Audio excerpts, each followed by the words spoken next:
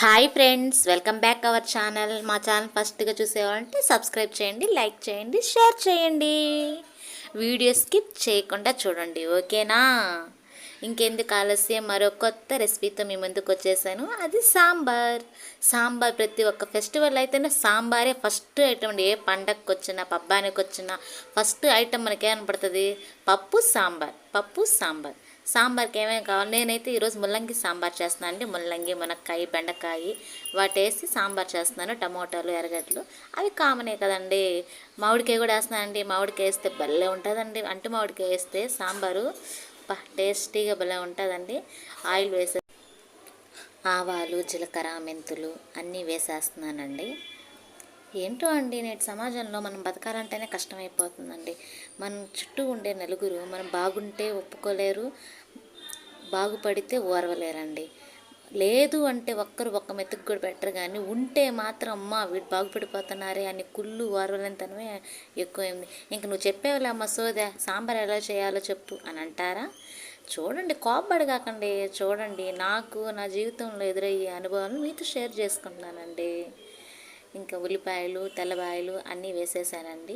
పచ్చిమిర్చి అన్నీ వేసేసాను, బాగా ఉడికిపోతున్నాయండి. టమోటాలు అన్నీ వేసేసాను. నేను ఇంగువ ఎక్కువ వాడతానండి రెసిపీలో. సాంబార్ అయితే సాంబార్ అంటే నేను ఎక్కువ ఇంగువ వేస్తాను. రసంలో అన్నిట్లో వేస్తానండి. అందులో ఇంకా కూరగాయలు వేసేస్తున్నానండి. ముల్లంగి, మునక్కాయ, బెండకాయ అన్నీ వేసేస్తున్నాను. చూడండి, అంటే వాటర్ లేకుండానే ఆయిల్తోనే బాగా మగ్గబెట్టుకుంటున్నానండి. కొంచెం ఉప్పు వేసేస్తాను. అట్లా మామిడికాయ ముక్కలు కట్ చేస్తున్నాం కదండి, అది పక్కన పెట్టేసుకుంటున్నాను. మామిడికాయ ముక్కలు ఫస్ట్ వేయనండి, ఎందుకంటే అవి ఆవిరికే ఉడికిపోతాయి కాబట్టి లాస్ట్లో వేసుకుంటానండి. మళ్ళీ చిదురు ముదురు అయిపోతాయి. మామిడికాయ తింటే టేస్ట్గా ఉండాలి కదండి, అందుకని నేను లాస్ట్లో వేసుకుంటానండి. ఒక 5 మినిట్స్ ప్లేట్ పెట్టుకొని ఉడకబెట్టేసుకుంటే అట్లా బాగా మగ్గిపోతాయండి. అట్లా పసుపు, కారం, ధనియాల పొడి అన్నీ వేసేసుకుంటానండి. వేసేసుకున్న తర్వాత చింతపండు గుజ్జు తీసుకున్నాం కదండి, ఆ చింతపండు గుజ్జు కూడా వేసేసుకుంటామండి. అది ఒక 10 నిమిషాలు అట్లాగంటే ఉప్పు, కారం ఇప్పుడు అన్నీ వేసాం కదండి, అవన్నీ వాటికి పట్టేంత వరకు ఒక 5 మినిట్స్ అలాగే ఉడకబెట్టుకోవాలంటే మూత పెట్టి ఉడకబెట్టేసుకుంటే రెడీ అయిపోతుందండి. తర్వాత ఇంత కందిపప్పు ఉడకబెట్టున్నాం కదండి, అది పప్పు గుత్తితో బాగా వెనుపుకొని పక్కన పెట్టుకోవాలండి. చూడండి ఎంత బాగా ఉడికిపోతూ ఉన్నాయో, చూస్తూ ఉండండి. చింతపండు పులుసు బాగా గొప్ప ఉడికిపోయిందండి.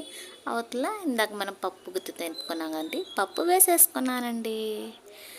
తర్వాత ఒక 5 మినిట్స్ తర్వాత మామిడికాయ ముక్కలు కూడా వేసేస్తానండి. చూడండి, వేసేసాను. అవతల 5 మినిట్స్ అట్లాగే ఉంచేసుకుంటే ఎంతో రుచికరమైన సాంబార్ రెడీ అయిపోతుందండి.